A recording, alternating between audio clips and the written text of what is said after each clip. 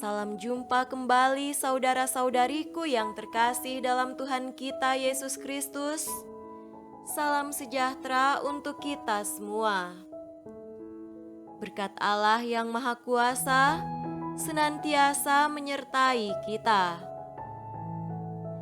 Hari Sabtu tanggal 15 Oktober tahun 2022 adalah peringatan wajib Santa Teresia dari Yesus, perawan dan pujangga gereja.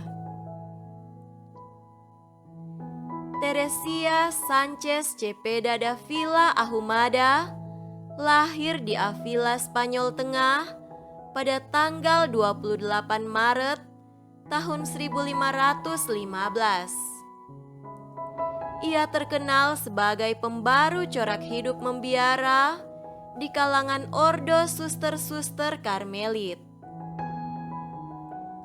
Ketika berusia 21 tahun, ia masuk biara Karmelit dengan nama Teresia dari Yesus. Bersama dengan Santo Yohanes dari Salib, ia mendirikan kira-kira 20 biara di mana cita-cita Karmel sungguh-sungguh dihayati. Teresia meninggal dunia di biara Alba de Tormes pada tanggal 24 Oktober tahun 1582.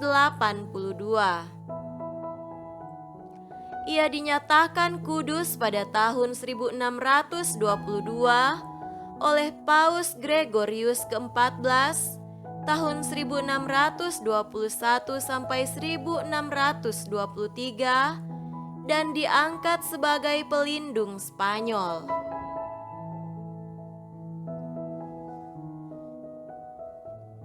Marilah kita mendengarkan dan merenungkan bacaan-bacaan kitab suci.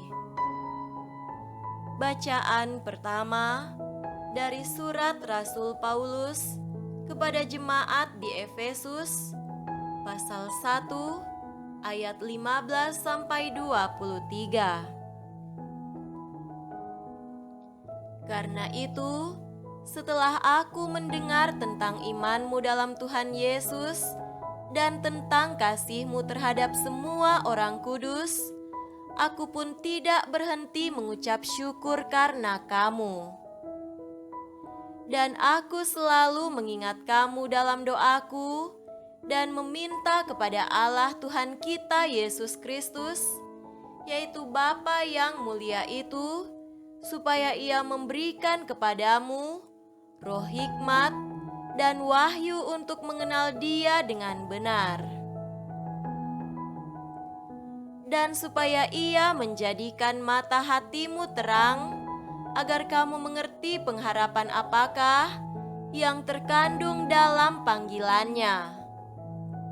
Betapa kayanya kemuliaan bagian yang ditentukannya bagi orang-orang kudus, dan betapa hebat kuasanya bagi kita yang percaya, sesuai dengan kekuatan kuasanya yang dikerjakannya di dalam Kristus dengan membangkitkan Dia dari antara orang mati dan mendudukan Dia di sebelah kanannya di sorga, jauh lebih tinggi dari segala pemerintah dan penguasa dan kekuasaan dan kerajaan dan tiap-tiap nama yang dapat disebut, bukan hanya di dunia ini saja, melainkan juga di dunia yang akan datang.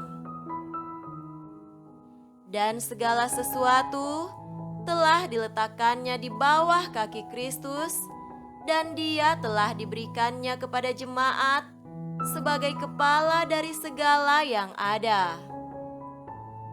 Jemaat yang adalah tubuhnya, yaitu kepenuhan Dia yang memenuhi semua dan segala sesuatu. Demikianlah sabda Tuhan.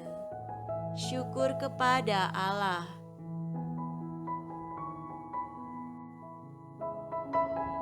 Semoga Tuhan beserta kita sekarang dan selama-lamanya. Inilah Injil suci menurut Lukas. Dimuliakanlah Tuhan. Injil Lukas pasal 12 ayat 8 sampai 12. Aku berkata kepadamu, setiap orang yang mengakui aku di depan manusia, Anak Manusia juga akan mengakui dia di depan malaikat-malaikat Allah. Tetapi barang siapa menyangkal aku di depan manusia, ia akan disangkal di depan malaikat-malaikat Allah. Setiap orang yang mengatakan sesuatu melawan Anak Manusia, ia akan diampuni. Tapi barang siapa menghujat Roh Kudus, ia tidak akan diampuni. Apabila orang menghadapkan kamu kepada majelis-majelis atau kepada pemerintah-pemerintah dan penguasa-penguasa, janganlah kamu khawatir bagaimana dan apa yang harus kamu katakan untuk membela dirimu. Sebab pada saat itu juga Roh Kudus akan mengajar kamu apa yang harus kamu katakan. Demikianlah sabda Tuhan. Terpujilah Kristus.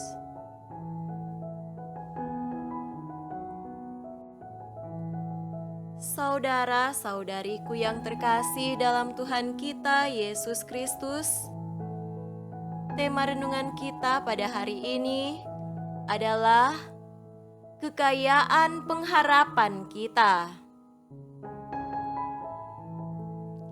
Santo Paulus sangat bersyukur bahwa umat di Efesus telah menjadi percaya kepada Kristus. Karena hal itu adalah sangat penting dan sangat berharga, bahkan begitu mahal dan mulia. Paulus berdoa untuk umat di Efesus yang telah percaya kepada berita Injil itu demikian. Semoga mata hatimu terang, agar kamu mengerti pengharapan apakah yang terkandung dalam panggilannya. Betapa kayanya kemuliaan, bagian yang ditentukannya bagi orang-orang kudus, dan betapa hebatnya kuasanya bagi kita yang percaya sesuai dengan kekuatan kuasanya. Tentu saja Santo Paulus telah mengalami sendiri kekuatan kuasa Kristus yang telah bekerja di dalam dirinya. Dalam Injil Lukas, Tuhan Yesus memberikan pengajaran secara khusus untuk para murid-Nya. Kita semua yang telah menjadi murid-Nya dan dianggap sebagai sahabat-Nya, hendaklah memperhatikan pengajaran itu. Intinya, bahwa jika kita setia mengakui Kristus selama seluruh hidup kita, maka Kristus juga akan mengakui kita di hadapan malaikat-malaikat Allah. Betapa bahagianya jika kita boleh mengalami hal itu, yaitu Kristus berkenan mengakui kita sebagai murid-Nya dan sahabat-Nya yang setia di hadapan para malaikat Allah. Saudara-saudariku terkasih, kita sudah malah menjadi orang Katolik, bahkan banyak dari kita sudah menjadi Katolik sejak lahir karena berasal dari keluarga Katolik. Dan yang lain menjadi Katolik karena perkawinan atau karena sekolah di sekolah Katolik dan lain sebagainya. Namun, karena kita sudah lama menjadi Katolik, maka kita tidak merasakan hal yang istimewa lagi. Kita merasa bahwa menjadi orang Katolik dan pengikut Kristus itu biasa-biasa saja. Kalau demikian, kita perlu belajar lagi dan memperdalam iman kita lagi tentang kekayaan pengharapan yang terkandung di dalam panggilan kita sebagai murid Kristus. Kita bisa merasakan kekuatan kuasa Kristus seperti yang dialami oleh Santo Paulus itu, misalnya ketika kita merenungkan perjalanan hidup kita. Setiap orang mempunyai pengalaman yang berbeda, namun yang sama adalah bahwa kita semua merasakan campur tangan Tuhan di dalam hidup kita.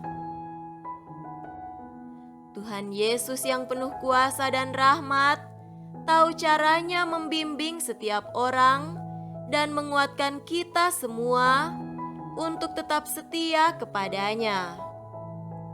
Semoga Santa Teresia dari Avila yang hari ini kita rayakan mendoakan kita semua. Semoga demikian. Amin.